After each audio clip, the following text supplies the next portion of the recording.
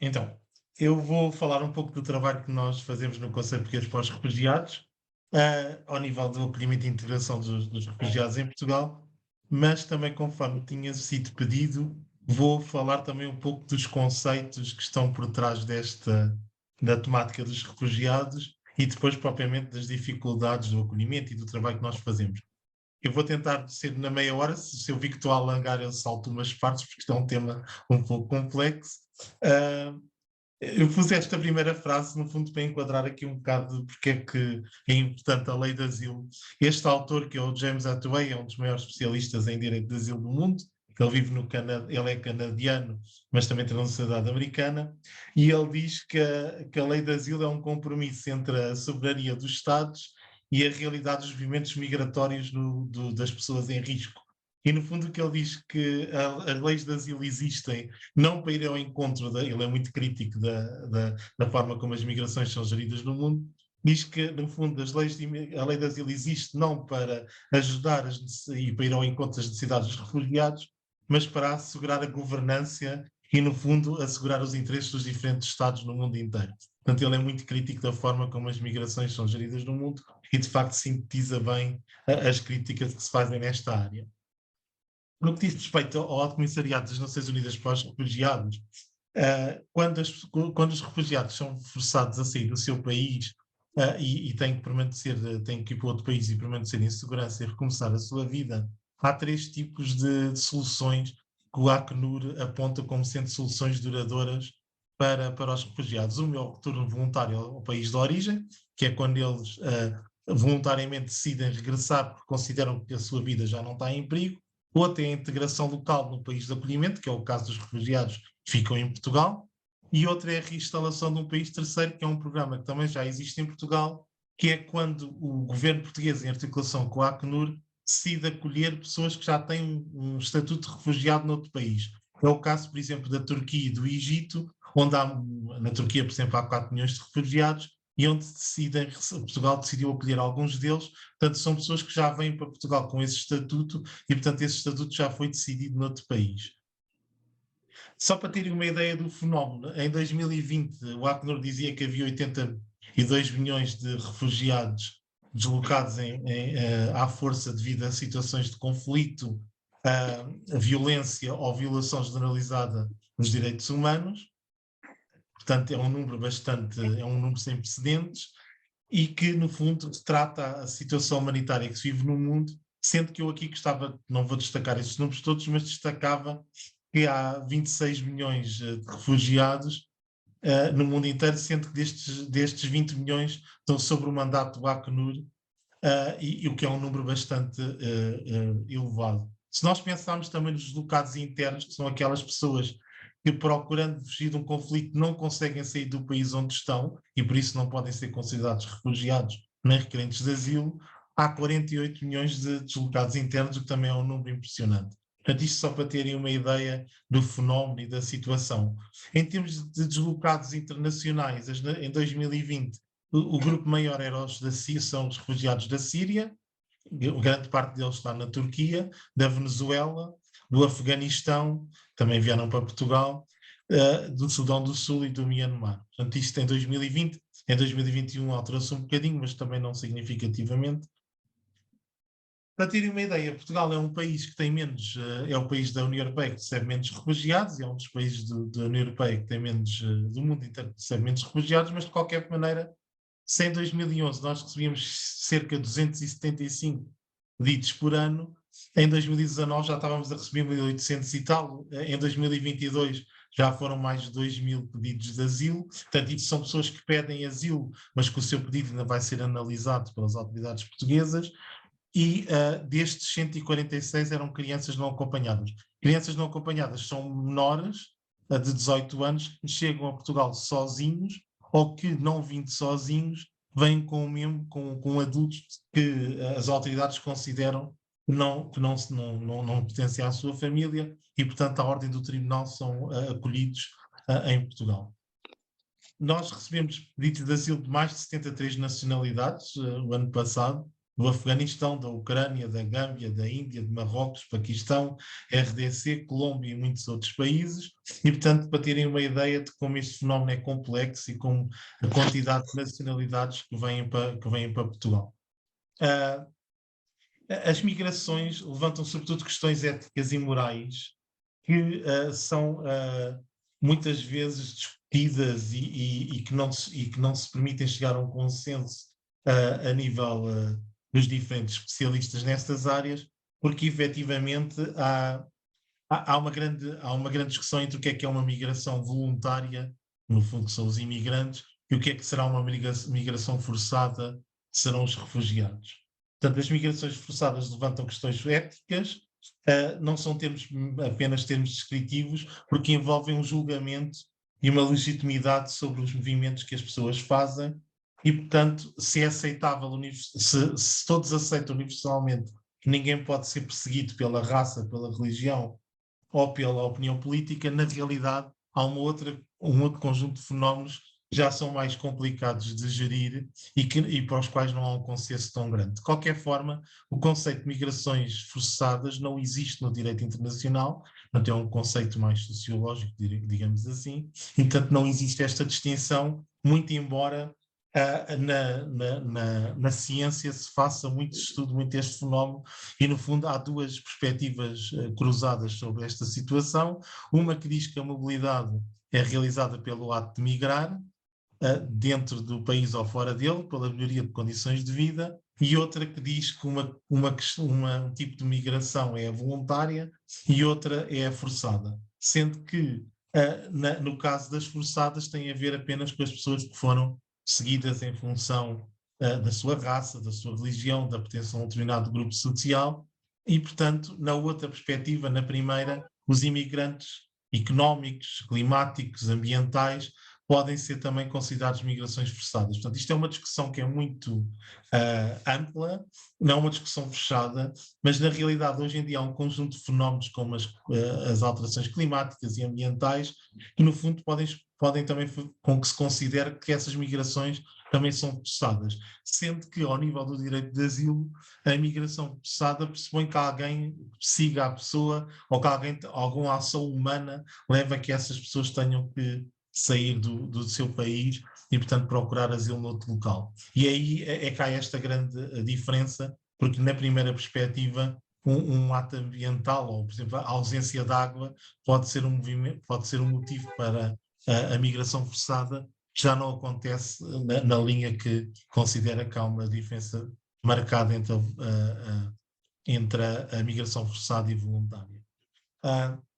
Portanto, há quem defenda nesta primeira linha de investigação que o acesso a direitos sociais básicos, como a comida, a água, cuidados de saúde ou até mesmo o direito de trabalho, podem constituir-se como uma forma de perseguição, sendo que no direito internacional isso não está consagrado e, portanto, no caso da migração forçada, o caráter voluntário dessa migração é completamente inexistente, o que quer dizer que as pessoas só há uma migração forçada quando de facto as pessoas são perseguidas e, portanto, não e a sua vida está em perigo, não podendo ficar nesse país ou nessa localidade onde estão. Portanto, isto é uma discussão muito ampla, e pus aqui só alguns autores para terem uma ideia como estas questões não estão fechadas e como, efetivamente, são questões complexas, portanto, não vou abordar aqui também para não vos maçar, mas queria que tivessem ideia realmente que o próprio termo do que é uma migração forçada, o que é uma migração voluntária, não é um tema fechado e, portanto, há realmente estas diferenças. Ao nível do direito internacional e do direito de asilo, o direito de asilo, no fundo, a Convenção de Genebra é o que está na origem daquilo que hoje podemos designar o direito internacional dos refugiados. No fundo, foi a Convenção de Genebra que instituiu o direito internacional dos refugiados e que deu o primeiro passo para que ele depois se desenvolvesse e cada país tivesse uma lei de asilo. No caso português, a nossa lei de asilo é de acordo com as diretivas comunitárias, uma vez que estamos na União Europeia, e no fundo o direito de asilo assenta num princípio muito básico, que é o princípio do non-refoulement, está na Convenção de Genebra, e no qual diz que uma pessoa que tem a sua liberdade ameaçada devido à raça, religião, nacionalidade ou filiação em certo grupo social, não poderá, não poderá ser retornada a esse país, mesmo que não tenha a proteção no país onde solicitou acolhimento. Portanto, a questão, a proibição de voltar de devolver essa pessoa ao país de origem é que é o princípio básico da lei de asilo, e que no fundo garante que uma pessoa que está em perigo não pode ser devolvida a esse país onde eventualmente está a correr esse perigo. Os instrumentos legais que estão ligados ao Estatuto de Refugiados são a Convenção de Genebra, como eu já falei, a Declaração Universal dos Direitos Humanos, que no artigo 14 prevê o direito de asilo, o Protocolo de Nova Iorque, que no fundo é uma extensão à Convenção de Genebra, porque tira a reserva territorial, porque na Convenção de Genebra era apenas aplicada à Europa, e também porque aplica-se, tira a reserva de temporal, porque aplica-se também a fenómenos posteriores a 1951. Os aspectos mais importantes desses instrumentos legais é que eles definem a condição de perseguição, afastando assim pessoas, por exemplo, que tenham cometido um delito comum ou que tenham tido atos contrários aos princípios das Nações Unidas, não podem ser enquadrados na lei de asilo, e a ideia de que todas as pessoas têm o direito de beneficiar e procurar asilo noutro país. Muito rapidamente, só para terem ideia do que é do conceito em si, o refugiado está definido na lei de asilo como alguém que tem o receio fundado de ser perseguido em virtude da sua etnia, religião, nacionalidade, filiação em determinado grupo social e opiniões políticas. E o requerente de asilo é aquele que, ainda não tendo o estatuto de refugiado, que ainda não foi reconhecido por nenhum país, pede asilo a um país, como acontece em Portugal, e aguarda uma decisão sobre esse processo, correndo um procedimento de asilo que tem várias fases. Há uma outra proteção, que é a proteção subsidiária ou complementar, que também está prevista na nossa lei de asilo, que diz que este tipo de proteção está codificado na Diretiva da Qualificação, e que determina que também é elegível para ter proteção quem corre o risco de sofrer no seu país de origem pena de morte ou execução, tortura, tratamento desumano, ou que haja uma ameaça grave e individual contra a integridade física de um civil, resultante de violência indiscriminada ou situações de conflito armado. Este caso, por exemplo, é muito aplicado quando não há uma perseguição individual. Por exemplo, se nós estivermos a falar de um conflito como a Síria, há um conflito generalizado, portanto, não é que as pessoas estejam a ser perseguidas individualmente, como acontece noutras situações, e podem beneficiar do estatuto de refugiado, mas há um conflito generalizado e, portanto, todos têm esta proteção subsidiária porque tiveram que fugir daquela guerra que estava a decorrer no local onde viviam. Portanto, a Síria e o Afeganistão são dois dos exemplos mais marcantes desta área. Estes conceitos não vou falar porque são muito complexos, mas no fundo tem-se também discutido muito se agora também se podem considerar os refugiados ambientais ou não como refugiados, e há quem considere que a lei de asilo e a Convenção de Genebra deviam também englobar os refugiados ambientais. Mas isto é uma questão que não está ainda muito fechada, e, portanto, no fundo, há quem defenda também que devia haver um outro mecanismo que não fosse a lei de asilo para integrar estas questões dos refugiados ambientais. Deixa-me só aqui passar aqui esta parte que também é mais complexa. No fundo, eu acho e era essa ideia que eu queria deixar, que na gestão das migrações forçadas é preciso fazer uma gestão eficaz destes fenómenos que envolvem as agências das Nações Unidas, que envolvem os diferentes países, e, portanto, é preciso, no fundo, uma resposta legal que permita enquadrar todos estes fenómenos. Neste contexto dos refugiados, e tendo em conta estes números bastante elevados, o CPR tem trabalhado sobretudo no apoio no acolhimento e no apoio aos refugiados em Portugal nos últimos 30 anos.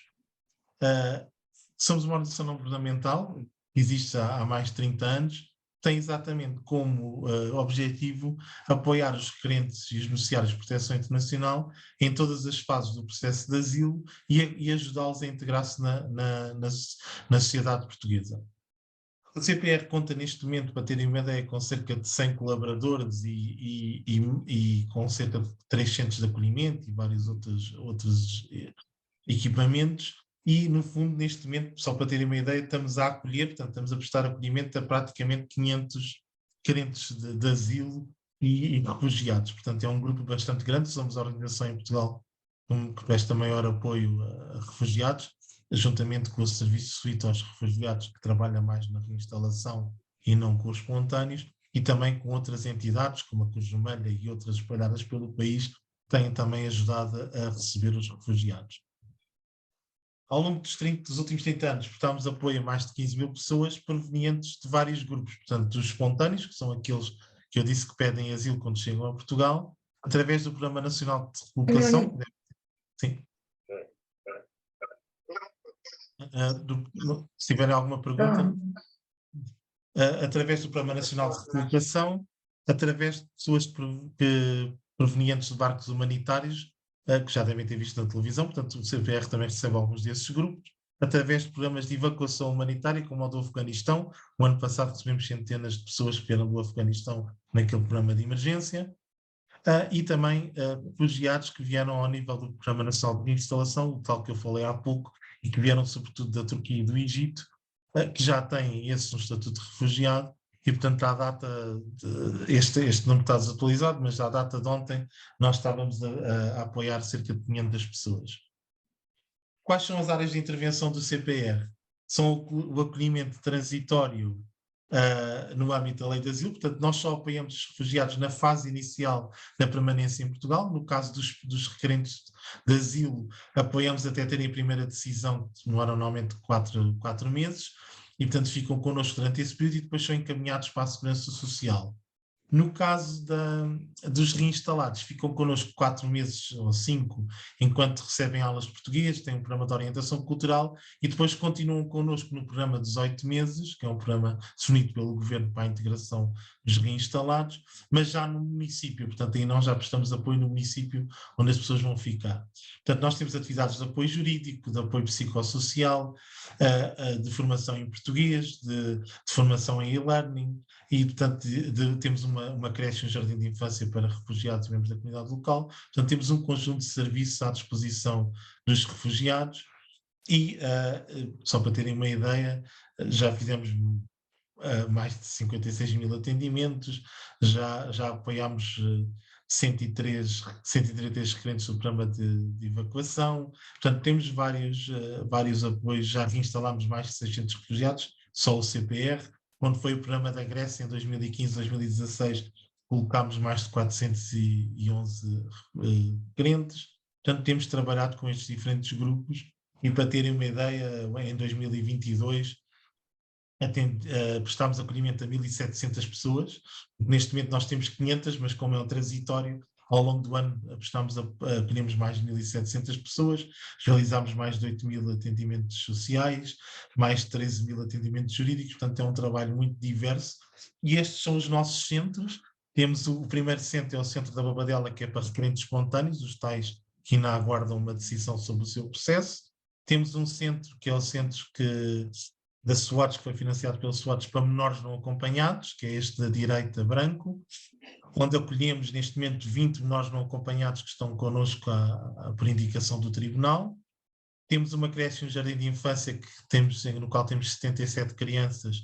sendo que um terço destas crianças são refugiadas, mas também o resto são da comunidade local, porque foi esse o objetivo com que a creche foi criada. E temos o CAR 2, onde ficam os reinstalados, que é em São João da Talha, durante os 3, 4 primeiros meses que chegam a Portugal. Nós prestamos apoio a estes diferentes grupos, como eu já disse, e um dos principais trabalhos é realmente apoiar as crianças não acompanhadas, que são crianças que têm características muito especiais, porque estão sozinhas, não estão acompanhadas pelos pais, muitas delas porque perderam os pais, outras porque não sabem onde é que os pais se encontram ou tiveram que separar dos pais, e portanto nós damos esse apoio integrando-as na escola, acompanhando o seu percurso até que tenham autonomia para ir viver sozinhos, o que pode acontecer aos 18 anos ou até eventualmente mais tarde. Quais são as principais dificuldades de acolhimento e integração que nós temos neste momento ao nível dos refugiados? O primeiro problema é que os números aumentaram muito e 2022 confirma essa tendência e 2023 ainda estão a aumentar mais. Houve alterações à lei de estrangeiros, o que foi uma coisa positiva, e à lei de asilo, porque atualmente qualquer requerente pode trabalhar em qualquer fase do processo, o que é muito bom, porque ele tinha um apoio muito baixo e, portanto, tinham que ficar um ano ou dois sem trabalhar, o que era muito negativo. E também outro elemento de contexto importante é que o número de nós não acompanhados também está a ser cada vez mais expressivo e, portanto, já há uma série de entidades que estão a receber nós não acompanhados, porque o número tem aumentado significativamente. As dificuldades que nós temos para acolher os refugiados são, sobretudo, são dificuldades ao nível do alojamento. É muito difícil encontrar alojamento para os requerentes de asilo. Como vocês sabem, há um problema de habitação, no qual as pessoas também, infelizmente, também sofrem muito desse problema, mas há um problema de habitação no país todo, portanto, não há habitação disponível. E, portanto, um dos principais problemas quando Portugal decide acolher estes grupos é que não temos habitação onde as pessoas ficarem e acabam por ficar muitas vezes em alojamentos temporários e transitórios durante muito tempo. Teoricamente, num centro de acolhimento ou num hostel, onde às vezes são acolhidos, deviam ficar não mais do que 2, 3 meses e às vezes acabam por ficar por um período muito longo, que não há outro alojamento. Outro problema que nós temos é que eles recebem um apoio social para a alimentação muito reduzido, e, portanto, têm muitas dificuldades. Nós tentamos comatar essas dificuldades com outros apoios do Banco Alimentar, mas, de facto, os apoios sociais para os refugiados são muito reduzidos, sendo que se discute agora se eles deviam receber um valor mais próximo do IAS, o que ainda está em discussão pelo governo. Um outro problema que os refugiados têm muitas vezes e que se deparam muito também nas escolas tem a ver com os comprovativos das habilitações literárias. É muito difícil para eles fazerem prova das habilitações que têm, até porque não podem contactar os países de origem, porque como tiveram que fugir, não podem contactar nem a embaixada, nem nenhum país, nenhuma entidade do país de origem para conseguir esses documentos ou algum documento que esteja em falta. É também muito difícil reconhecer os diplomas escolares e profissionais desses refugiados e, portanto, eles têm realmente essas dificuldades. Uma outra grande dificuldade que nós sentimos tem a ver com o domínio da língua portuguesa. Apesar de haver cursos, e o CPR ministra esses cursos, são de níveis muito básicos e não são disponibilizados em todo o país de igual forma, nem em todas as escolas de igual forma, sendo que, apesar de tudo, para as crianças há um apoio mais direcionado e, portanto, como entram na escola, conseguem mais facilmente ter esse apoio. Portanto, este domínio da língua portuguesa é algo que tem que ser melhorado e depois também dificuldades no acesso à saúde mental. Nós temos psicólogos em todos os centros, mas uma das situações que nós mais verificamos é que uma grande parte destes refugiados, até porque viveram situações traumáticas, de guerra, de perda de familiares, de situações complicadas, têm problemas de saúde mental e não existem resposta para esses problemas. Sobretudo nós agora notamos que nos mais novos, incluindo em alguns menores, como já andaram em vários países até chegar a Portugal, têm alguns problemas de adições e não há respostas específicas ao nível da saúde mental em Portugal para tratamento destas adições, seja do álcool, seja de droga, seja de outros problemas que não têm a ver com adições. Há muita dificuldade em ter este apoio. E depois também a dificuldade em aceder a empregos qualificados, um, e com contrato de trabalho. Muitas vezes os refugiados conseguem apenas trabalhos incertos e trabalhos desqualificados com salários baixos. Portanto, o que nós recomendamos é que realmente se construam mais vagas de alojamento, que haja mais incentivos para apoiar o arrendamento por parte dos refugiados, se cria um sistema de reconhecimento e validação e certificação de competências, semelhante ao que havia para novas oportunidades, que agora existe nos centros qualifica, mas adaptados às necessidades dos refugiados, se facilita o seu acesso ao ensino superior. Portanto, há aqui uma série, e que também haja um simplex para os refugiados, porque, por exemplo, para os refugiados é muito difícil aceder a conta bancárias, criar o NISA. Portanto, todas estas questões são questões problemáticas que têm que ser melhoradas. Por outro lado, também recomendamos que haja medidas de emprego específicas para os refugiados e que se valorize a sua entrada no mercado de trabalho, permitindo que quem quer trabalhar e estudar possa ter apoios mais direcionados a esse nível. E melhorar também o aumento das respostas ao nível da saúde, porque efetivamente a saúde mental é das situações que mais complica, que o acesso é mais complicado e também ao nível de acesso de consulta de especialidade. Isto porque é importante nós percebermos que os refugiados, quando são selecionados no programa de reinstalação, a reinstalação é uma medida de proteção internacional, é uma medida de direitos humanos e, portanto, as pessoas são selecionadas não em vista do seu potencial de integração, mas em critérios, por exemplo, de vulnerabilidade. E, de facto, nós temos alguns refugiados que recebemos que têm necessidades médicas e depois, às vezes, é muito difícil ter consultas de especialidade e dar-lhes este apoio. Claro que isto acontece com todos os portugueses, não é único para os refugiados, mas são efetivamente situações que devem ser revistas. Ao nível da reinstalação, a situação também é um pouco semelhante, portanto, em termos das melhorias do português e do acesso aos documentos, e também a questão da habitação acaba por ser uma situação muito complicada. E basicamente, não queria, acho que foi mesmo a meia hora, não queria estar a passar o tempo, mas é este o panorama. Se depois tiverem perguntas sobre o nosso trabalho concretamente, também poderei dar, mas queria era, sobretudo dar-vos uma ideia do fenómeno e dos problemas que nós vivemos em Portugal para integrar estes grupos.